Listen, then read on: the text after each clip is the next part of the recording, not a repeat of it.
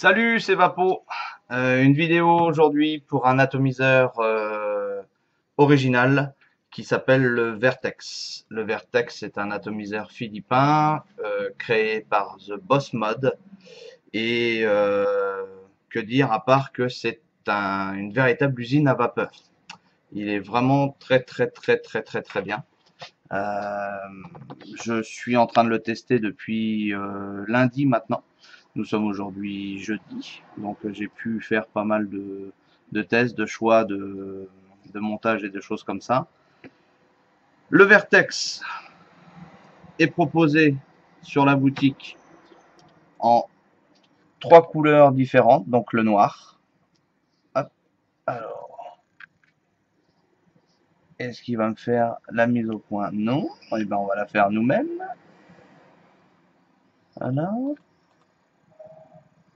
Voilà.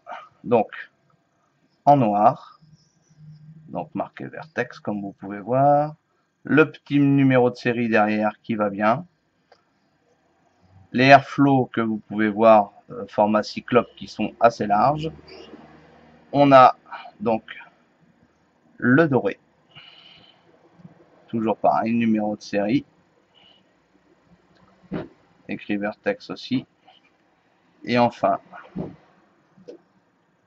le stainless steel, toujours dans le même principe.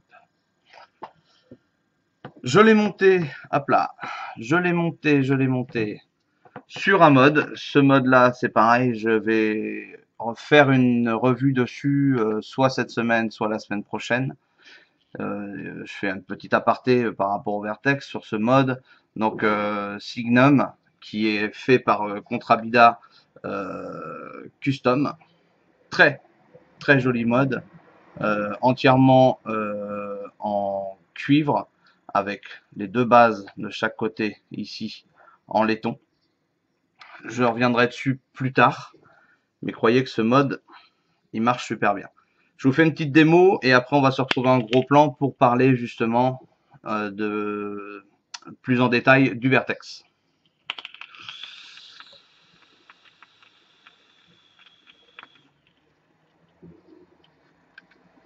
A tout de suite. Voilà donc les 3 Vertex que je vous parlais tout de suite. Donc en doré, stainless steel et acier donc noir. C'est teinté dans la masse, donc il n'y a pas de raison à ce que le noir s'en aille. Il va peut-être devenir avec le temps et l'usure un tout petit peu plus pâle au niveau du noir, mais il restera toujours de cette couleur. On va le démonter. On va en démonter un. Hop. Alors, toc, on enlève la première partie. On enlève la seconde partie. Voilà. Voilà ce que vous trouvez en fait dans le Vertex. Cette petite pièce permet de réduire la chambre de combustion. Ici. Enfin, c'est pas une chambre de combustion, c'est la chambre tout court qui permet de la passer de 22 à 18. Tout simplement en mettant, vous voyez, la pièce à l'intérieur de la base. Il suffit de la mettre comme ça se met très facilement. Toc, et ça se retire aussi facilement. Personnellement, moi je l'utilise pas. On a ici, hop, je vais m'approcher.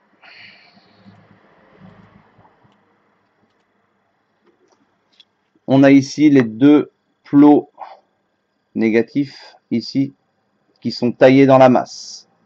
C'est pas un moindre coup dans le sens où c'est quand même plus solide dans ce principe-là. On a pour serrer les vis, il nous faut une clé Allen qui sera fournie dans le sachet, d'accord. Et comme vous pouvez le voir, on a des sacrés bons sens de trous. J'ai essayé de faire un montage avec en passant du 60 de chaque côté, donc effectivement ça coince un petit peu au milieu, mais malgré tout ça se fait, ça se fait. Personnellement en dual coil 0,60, pas forcément beaucoup d'intérêt, autant prendre du 0,40 et faire un dual coil en faisant 6 tours de chaque côté, vous obtenez une résistance qui fera 0,30 ohms Et très honnêtement, déjà avec ça, ça va vaper plus que fort. Bien évidemment, quand vous faites ce genre de résistance, n'oubliez pas de vous équiper de batteries qui sont faites pour ça, du type Sony VTC4, VTC5, eFest Purple. Et si vous utilisez des 26650, n'oubliez pas d'utiliser des MNKE ou bien des FS rouges qui sont faites aussi pour ça. Voilà. Donc, on va passer aux petits détails sur l'atto en lui-même. Donc, on a un plot ici qui n'est non ajustable. Il est de ce type-là. Il n'y a pas de gravure sur le fond. Toutes les gravures se passent sur le corps du vertex directement. On y retrouve, comme je vous disais tout à l'heure, le numéro gravé, ainsi que vertex gravé dans la masse. On a ici les airflows de grande taille. Quand vous remettez votre corps sur le vertex, mettez-le dans le bon sens, parce que si vous le mettez comme ça, eh bien du coup, en ajustant, vous n'aurez plus rien. Vous vous retrouverez avec les cyclopes, les airflows cyclopes en bas, donc ce ne sera pas bon. Il faut bien le positionner en face de cette façon-là. Et après, à vous d'ajuster votre airflow comme vous le souhaitez. Tac. Personnellement, moi j'ai fait un montage de ce type. Je vais vous faire voir. Voilà. Donc c'est assez simple à faire. Et ça marche parfaitement bien.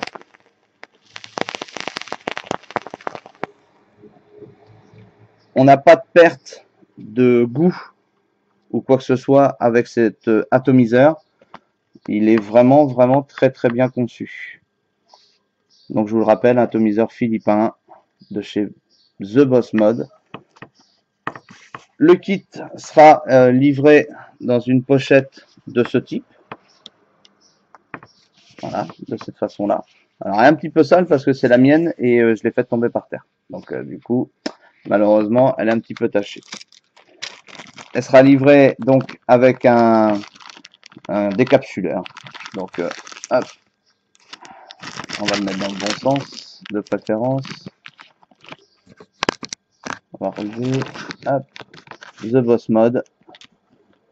Voilà, TBM. Et dans le sachet, vous avez la petite clé Allen, l'outil indispensable pour pouvoir monter votre atomiseur.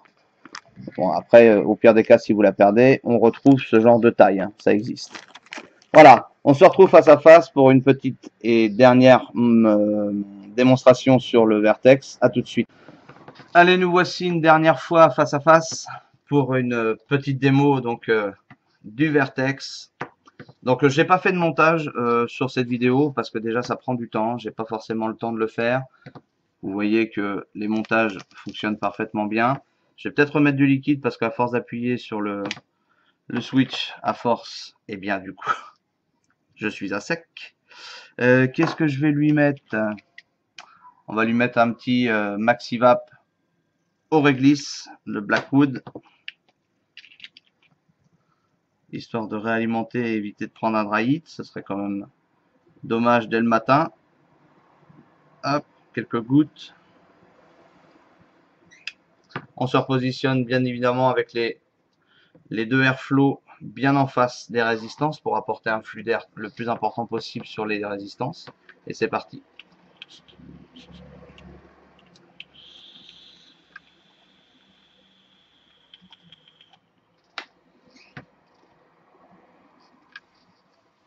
Une véritable usine à vapeur. J'ai beaucoup d'atomiseurs, comme vous le savez. Celui-ci va rester dans mes préférés du fait de sa conception.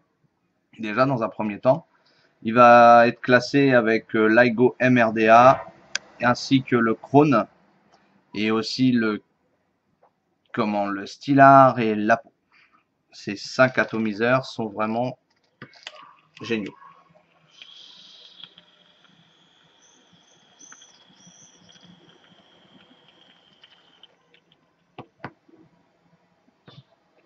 Voilà.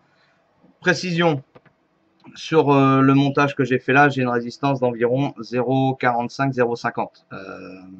J'ai pas remesuré, mais normalement elle doit être à 0,50 ohms. C'est amplement suffisant pour réaliser, comme vous pouvez le voir, des beaux nuages. Bien évidemment, le mode y est pour beaucoup puisque la conductivité est vraiment très très bonne dessus. Voilà.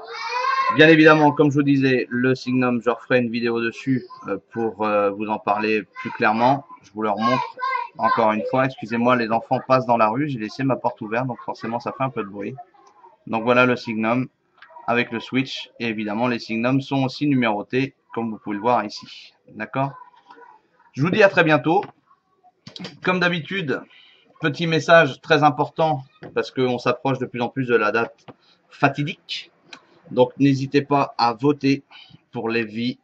Il faut absolument sauver les cygnes. Donc n'hésitez pas, pensez-y. Sur ce, moi je vous dis à bientôt. Ciao!